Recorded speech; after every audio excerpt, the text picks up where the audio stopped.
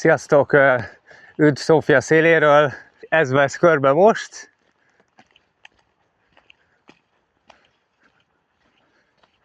A lényeg, hogy most megyek egy helyre stoppolni, csak ide nagyon hülye lehet kijutni.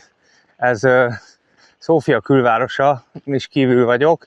Megyek az autópályához, egy benzinkúthoz, és ilyen Isten háta mögötti utakon kell kimenni.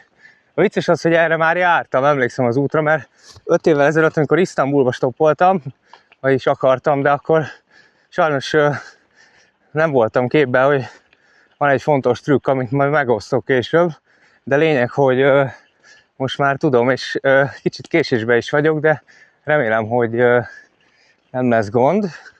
535 km autópálya, ez vár rám.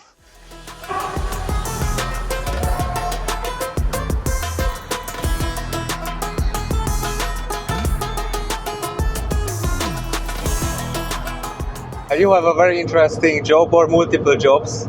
I was thinking if you could tell me more about it.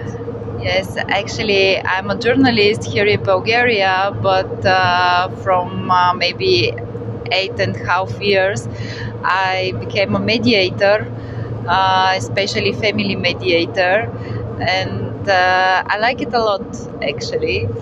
A mother of 3 kids, 2 girls, which are here with me, Elena and Ekaterina, and one boy, Nikolai.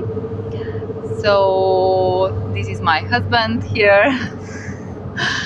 He is a lawyer, and sometimes we work together. So this is